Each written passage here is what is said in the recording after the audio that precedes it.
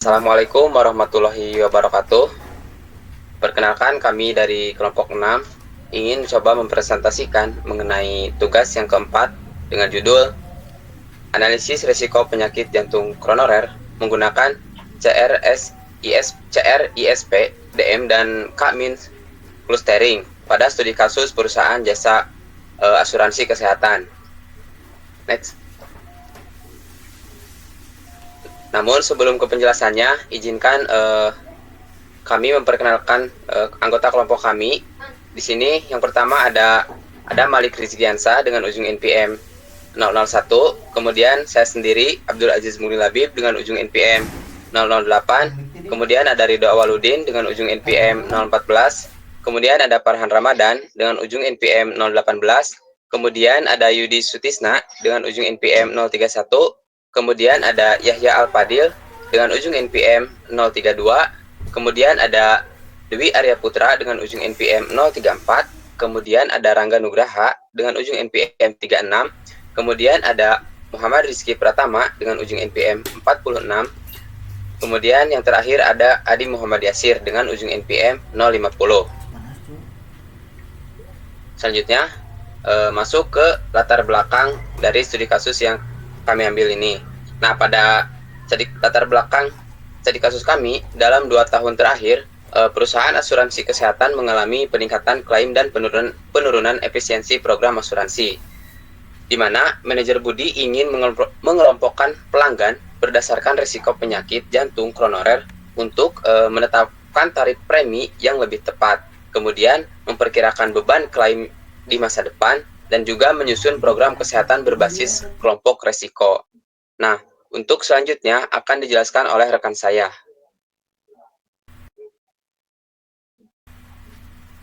Baik, selanjutnya ke tujuan eksperimen, di mana di sini ada 5 tujuan eksperimen. Yang pertama, membersihkan data pelanggan dari missing value dan juga data noisy. Kemudian, yang kedua, mengelompokkan pelanggan berdasarkan wage, kolesterol, dan juga gender. Kemudian, menggunakan K-means clustering atau K sama dengan 3 untuk membentuk kelompok risiko. Kemudian yang keempat, mengevaluasi hasil clustering menggunakan Davis-Baldwin Index atau yang disingkat dengan DBI. Kemudian menganalisis hubungan atribut terhadap hasil kelompok risiko menggunakan correlation matrix. Baik, selanjutnya Baik, untuk penjelasan selanjutnya mengenai data.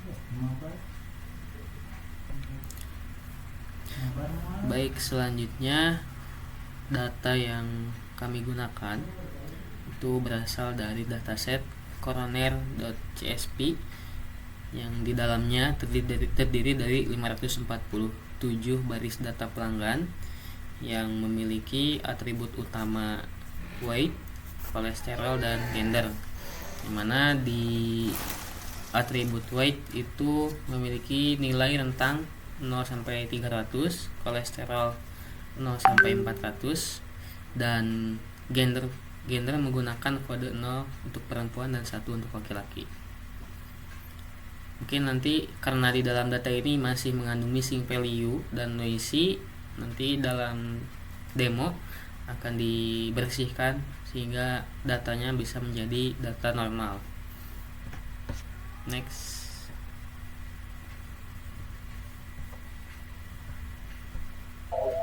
Baik, terima kasih. Untuk data preparation di rapid manner akan dijelaskan oleh rekan saya. Silakan.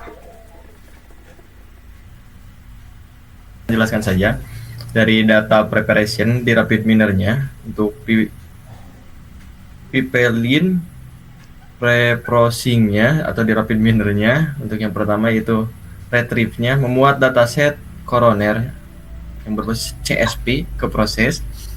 Kemudian untuk replace missing values, di mana di sini ganti nilai kosong dengan rata-rata kolom atau min imputation.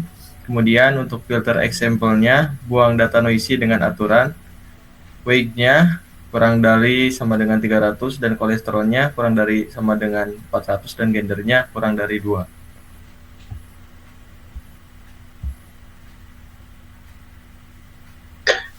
Baik, selanjutnya mengenai Vivillon eksperimen. akan dijelaskan oleh rekan saya, kepadanya disilahkan. Oke. Setelah kita tadi membahas detail bagaimana data dipahami dan dibersihkan, sekarang kita masuk ke bagian dapur gitu, atau jantung dari penelitian ini, yaitu pipeline eksperimen utama yang kami bangun di dalam software RapidMiner. Di sini teman-teman bisa lihat ada 3 tahapan besar yang saling berkesinambungan. Yang pertama, tahap data preprocessing atau integrasi alur gitu. Nah, meskipun sudah dibahas di slide sebelumnya, di dalam pipeline utama ini, operator retrieve berfungsi memanggil dataset yang tadi ya. Jadi kemudian data tersebut langsung dialirkan ke operator replace missing values untuk menutup celah data yang kosong menggunakan nilai rata-rata dan disempurnakan dengan filter example. Kenapa ini penting? Karena algoritma clustering sangat sensitif terhadap data sampah atau noise. Jika inputnya kotor, hasilnya pasti ngawur. Gitu. Yang kedua, tahap inti yaitu clustering. Setelah data benar-benar bersih dan siap, kami menerapkan algoritma K-means clustering. Nah, di sini kami menetapkan parameter K sama dengan 3. Mengapa 3? Karena secara strategis, kami ingin membagi nasabah asuransi ini ke dalam 3 kategori risiko yang jelas. Gitu. Mungkin bisa kita asumsikan sebagai risiko rendah, sedang, dan tinggi. Atribut yang kita suapkan ke model ini adalah weight atau berat badan, gitu. kolesterol, dan gender. 3 variabel inilah yang nantinya akan dicari pola kedekatannya oleh mesin. Kemudian yang ketiga, tahap evaluasi dengan performance. Nah, setelah model K-means selesai mengelompokkan, kita tidak bisa langsung percaya begitu saja. Kita butuh validasi ilmiah. Itulah sebabnya kami menambahkan operator performance atau cluster distance dengan metrik Davis-Baldwin Index atau DBI. Nah, DBI itu fungsinya untuk mengukur apakah cluster yang terbentuk sudah cukup solid dan terpisah dengan jelas atau sama lain.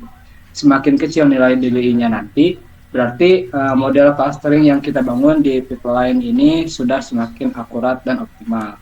Jadi, secara keseluruhan, pipeline inilah yang mengubah data mentah nasabah menjadi sebuah informasi kelompok risiko yang berharga bagi perusahaan asuransi. Mungkin saya akan mengenai modeling akan dijelaskan oleh rekan saya. Kepadanya disilakan. Let's go, take.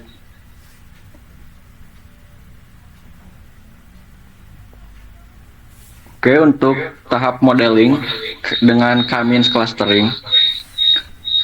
Jadi untuk ringkasan mekanismenya itu yang pertama diinisialisasi. Kita tentukan jumlah cluster K. Sebenarnya kita menggunakan dari percobaan 1 sampai 6 ya untuk K-nya. Dan didapatkan cluster K itu yang ketiga dengan DBI yang kecil gitu. Dari situ kita mendapatkan inisialisasi centroid. Nah, lalu kita masuk ke pengelompokan untuk menghitung jarak Euclidean dibagi square Euclidean. Lalu tetapkan setiap data ke centroid terdekat. Nah, di tahap pembaruan, perbarui centroid berdasarkan rata-rata anggota, lalu ulang sampai konvergen. Hasilnya 3 kelompok risiko berdasarkan kesamaan weight, kolesterol, dan gender. K sama dengan 3 sesuai proses dengan RapidMiner. Saya kembalikan ke moderator. Baik, terima kasih. Mengenai modeling selanjutnya, mengenai evaluasi akan dijelaskan oleh Muhammad Rizky. Silakan. Baik, terima kasih atas kesempatannya. Untuk selanjutnya yaitu evaluasi dari Davis-Baldwin Index atau DBI. Yang pertama, DBI di sini mengukur rasio jarak intra-cluster terhadap jarak antar centroid. Kemudian juga, jika nilai lebih kecil, itu artinya menunjukkan bahwa cluster yang lebih baik atau compact and well separated.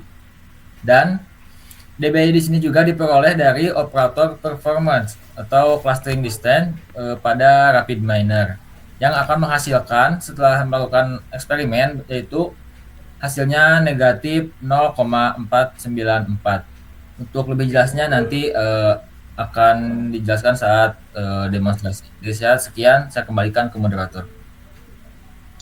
Baik, terima kasih kepada Mama Rizky. Selanjutnya mengenai output data dan PP-Line correlation akan dijelaskan oleh Saudara Rangga Nugraha. Kepadanya disilahkan.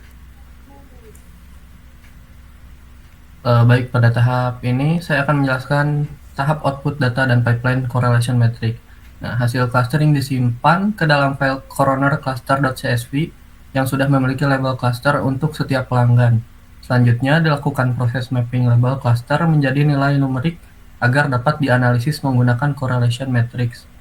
Pipeline di RapidMiner dimulai dari retrieve coroner cluster, kemudian map, rename, select attribute, hingga menghasilkan correlation matrix. Nah, hasil analisis menunjukkan bahwa atribut weight dan kolesterol memiliki hubungan paling kuat terhadap indikator resiko jantung koroner, sedangkan gender memiliki korelasi yang sangat rendah. Baik, saya kembalikan ke moderator.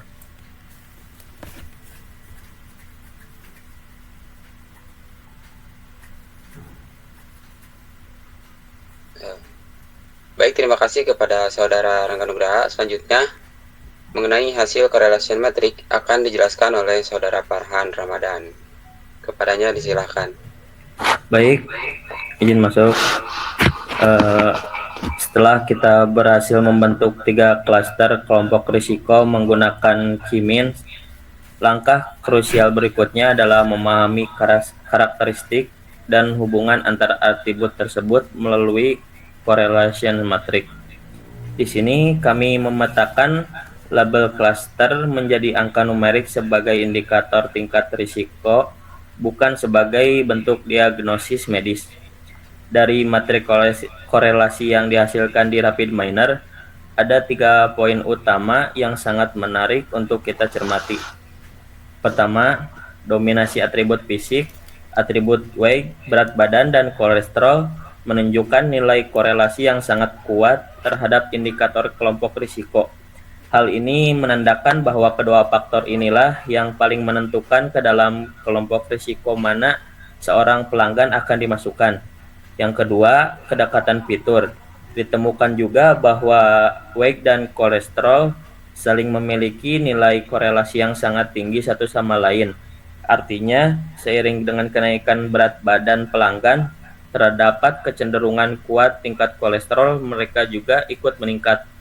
Yang ketiga, faktor gender.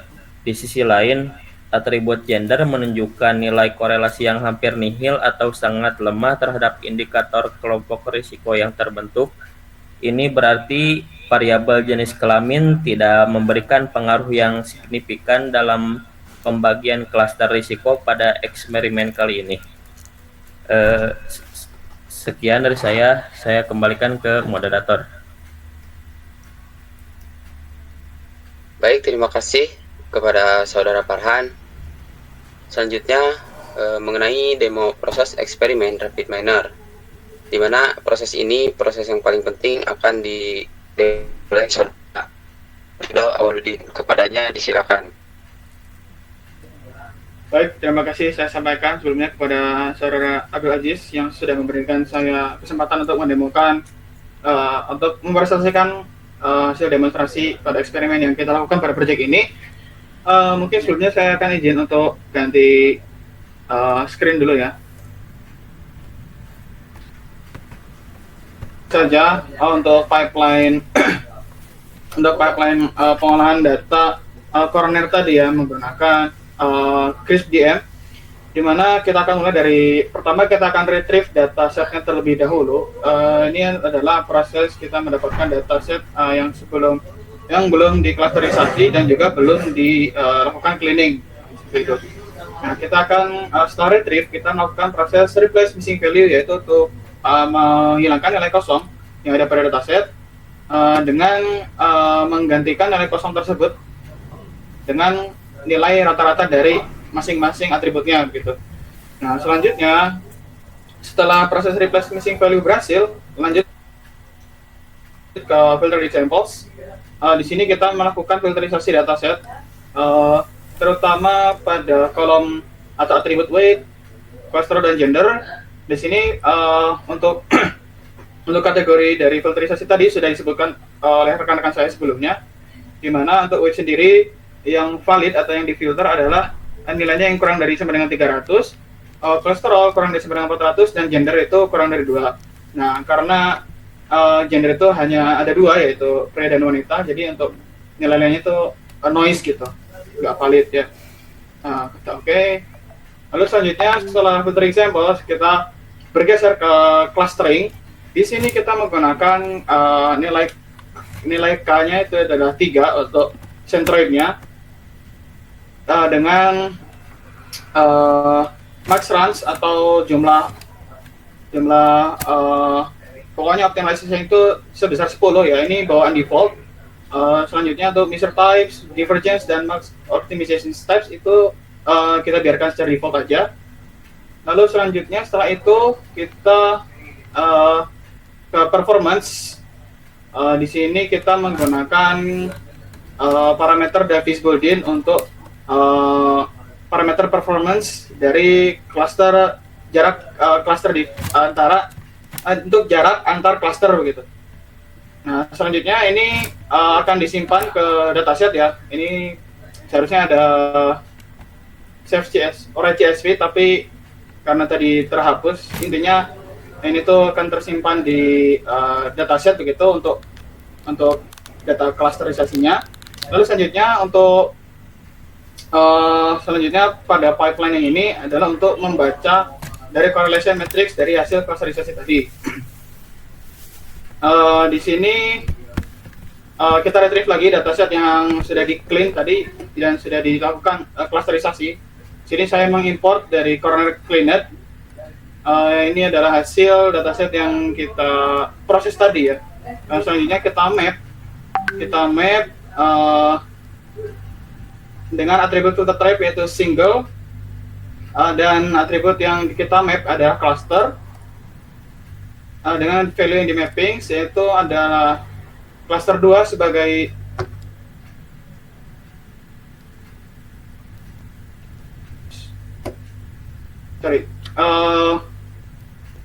untuk atribut atau data yang di mapping yang kita rename gitu kan, value-nya yaitu kalau cluster 2 kita ubah jadi 3, cluster 1 kita ubah jadi 2, dan cluster 0 kita ubah jadi 1.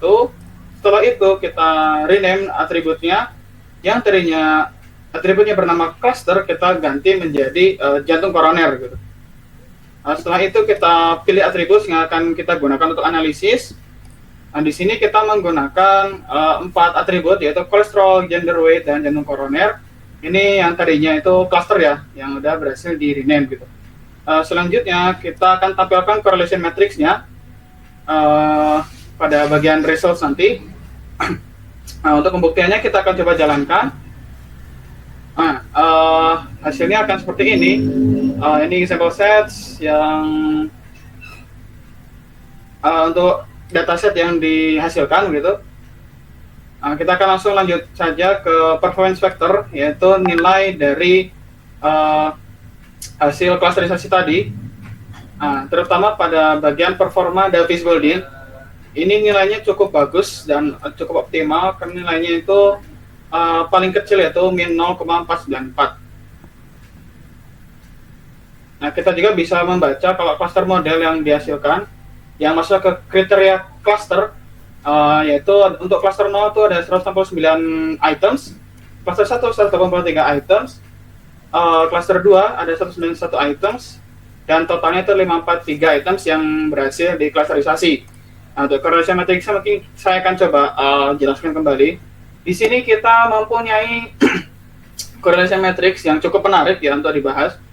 Di sini kita akan analisis antar atributnya. Di sini kita analisis terhadap perbandingan antara korelasi antara jantung koroner dengan weight. Di sini nilainya cukup tinggi ya, hampir mendekati sempurna. Di sini nilainya 0,945, artinya ini sangat amat berkorelasi gitu ya. Lalu selanjutnya antara jantung koroner dengan kolesterol, ini nilainya lebih tinggi dari yang tadi ya. Ini 945, ini 947, artinya ini juga merupakan salah satu atribut yang sangat berpengaruh dalam menentukan apakah orang tersebut itu atau si orang tersebut itu masuk ke cluster kolesterol yang mana gitu. Nah, selanjutnya untuk gender ini nilainya relatif kecil, yaitu 0,015, di mana kalau misalkan kita analisis dengan atribut yang lain tidak terlalu berpengaruh, tapi tidak terlalu berpengaruh, tapi mungkin bisa dianalisis lebih lanjut lagi gitu. Ini cuma 0,15, jadi cukup kecil gitu kemungkinannya atau nilai korelasinya. Mungkin sekian untuk presentasi dari sesi demonstrasi oleh saya kembalikan kepada moderator. Izin ganti screen lagi ya. Dari awal ini telah mendemonstrasikan mengenai studi kasus ini. Selanjutnya tahap kesimpulan dan juga closing akan dijelaskan oleh saudara Yudi Sutisna. Kepadanya disilakan. Oke, sebagai penutup, izinkan kami merangkum hasil eksperimen yang telah kami lakukan. Nah, berdasarkan hasil eksperimen CRISP-DM menggunakan K-mean clustering, analisis ini berhasil mengelompokkan pelanggan asuransi kesehatan ke dalam 3 klaster berdasarkan pola kemiripan pada atribut weight, kolesterol, dan gender. Ada 4 poin simpulan utama yang ingin kami sampaikan. Pertama, data berhasil dibersihkan melalui tahap pre-processing yang mencakup penanganan missing value dan data noisy. Kedua, K-means berhasil membentuk 3 kelompok atau klaster pelanggan yang berbeda. Ketiga, kualitas clustering dievaluasi menggunakan Davis-Baldwin Index dengan nilai negatif 0,494. Dan keempat, weight dan kolesterol terbukti menjadi atribut yang paling dominan dalam menentukan kelompok risiko penyakit jantung koroner. Nah, hasil ini diharapkan dapat menjadi dasar bagi perusahaan asuransi untuk membuat keputusan yang lebih tepat dalam menetapkan premi, memperkirakan klaim, dan merancang program kesehatan yang lebih efisien. Demikian presentasi dari kelompok kami. Terima kasih atas perhatiannya. Wassalamualaikum warahmatullahi wabarakatuh.